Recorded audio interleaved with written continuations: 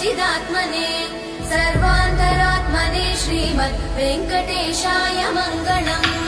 स्वतः सर्वविदे सर्वशक्तये सर्वशेषिणे सुलभाय सुशीलाय वेङ्कटेशाय मङ्गलम्। परस्मै ब्रह्मणे पूर्णकामाय परमात्मने प्रयुञ्जे परतत्त्वाय वेङ्कटेशाय मङ्गलम्। आकालतत्त्वमशान्तमात्मनामनुपश्यताम् अतृप्त्ययकान्ताय कल्याणनिधये निधयेऽर्तिनाम् श्रीवेङ्कटनिवासाय श्रीनिवासाय मङ्गलम्। लक्ष्मी सविभ्रमालोकसुभ्रूविभ्रमचक्षुषे चक्षुषे सर्वलोकानां वेङ्कटेशाय मङ्गलम्।